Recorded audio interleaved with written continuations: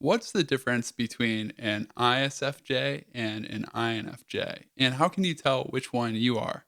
Stick around for today's show because we are going to answer both of those questions and more.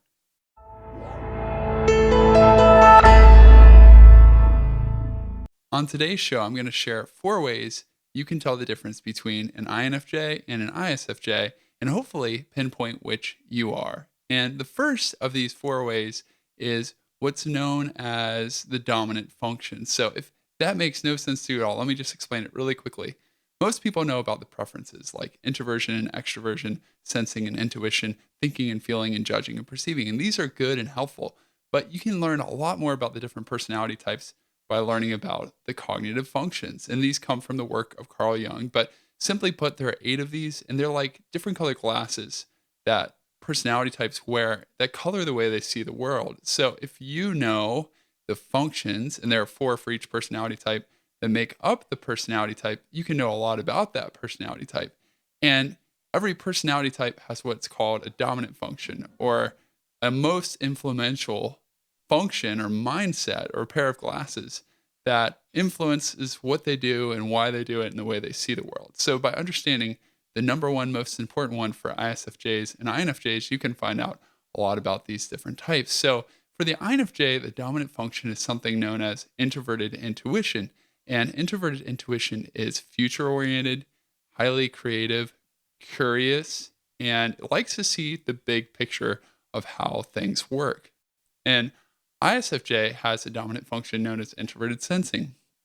And introverted sensing really cues into the details. It can pick up and remember specific details that have to do with sense data. So, by that, I'm talking about things that you can observe with sight, smell, taste, touch, and so forth. And that's different than INFJs because ISFJs tend to focus on the tree and miss the forest, whereas INFJs tend to see the forest and miss the trees. So one will come away with more of an impression and the other will come away with more details. Another difference and another factor that you should keep in mind when you're thinking about introverted sensing, that dominant function of ISFJs, is that they tend to focus on the past. Now, I should mention that both INFJs and ISFJs think about the past and the future, but when you get into that quiet state where you're with yourself in your happy place, in your mind, what do you tend to think about? If you're an ISFJ, you're probably going to go back to past experiences,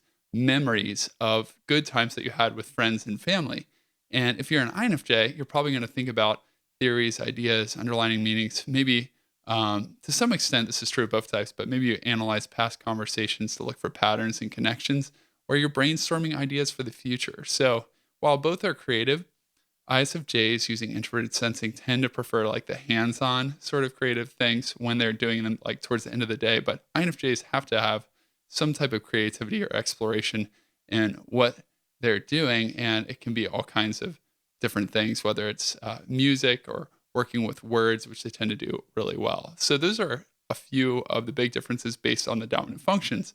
The second point I have to share with you is whether you dream or participate. And maybe dream's not the best word, but most INFJs think outside the box. And while they can be good workers and follow along with a plan, they're usually happiest coming up with an original vision. And they like to share it with others and get them excited, especially when that vision helps the greater common good. It helps a lot of people in the world.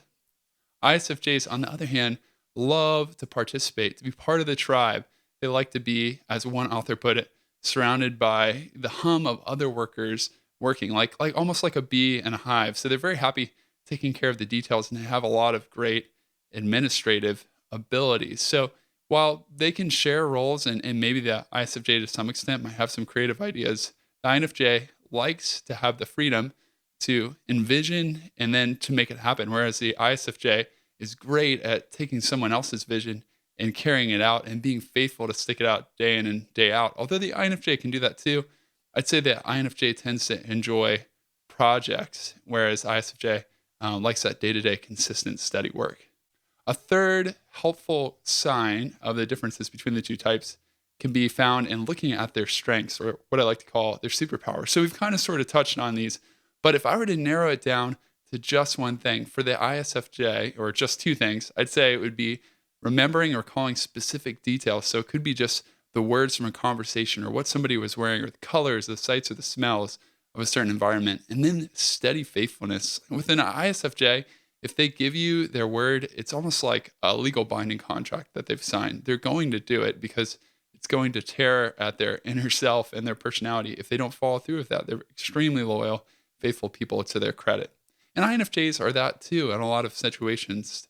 But I'd say the biggest strength for an INFJ is the ability to get an impression about people, to really understand them on a deep emotional level and where they're coming from, even without words, so that they can pick up on things that maybe people are trying to hide, like what they're truly feeling. Like if you ask, "How are you doing?" an INFJ, when told that, "Oh, I'm fine," can read through that, and they have this awareness of people and their strengths and how to help them grow and take the next step that most other types don't have. So they can see the path that someone needs to take to develop, and they just love personal growth. So that's also true to some extent of ISFJs, but definitely the INFJ loves to help others grow and has great insight into what motivates people and what's really going on with them.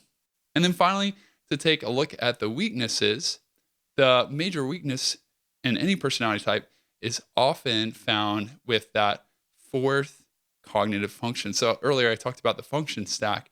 And if you look at the last function in a function stack, it's a source of joy, but it's also an Achilles heel of sorts. So for the ISFJ, it's something called extroverted intuition. And at the end of the day, this is a source of pleasure, this creativity, this exploring new ideas, but it may come more into play in like scrapbooking or into like Sudoku or games that you play, some kind of like working with words or something like that. But when asked all the time to generate new ideas, to envision long-term solutions, and to come up with original plans, that sort of work is going to be really taxing for the ISFJ. And another thing with that, if you change the ISFJ's environment, the ISFJ is going to be really stressed. They like a steady, reliable, something they can expect in their work and in their day-to-day life. If you're going to change things up, it's going to be very challenging for them. Now, on the flip side, for the INFJ, the biggest stressor is going to be overwhelming detail. So INFJs are happiest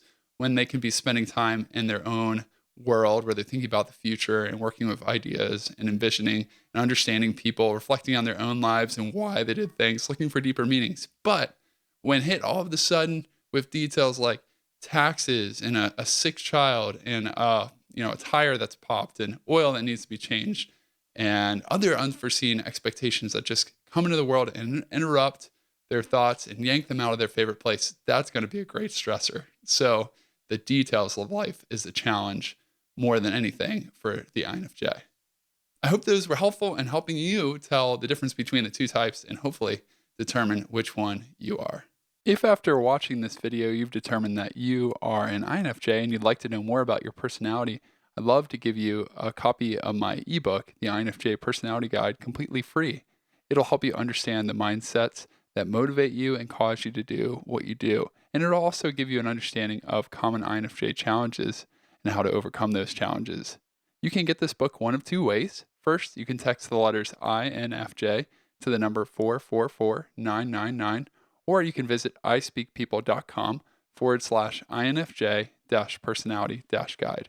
And I'll put a link in the description below this video. Thanks so much for watching this video. I hope that you found it helpful. If you haven't yet subscribed to the channel, I encourage you to do that. I'm creating new videos, tips, and advice for INFJs each and every week. I'm looking forward to seeing you on the next show.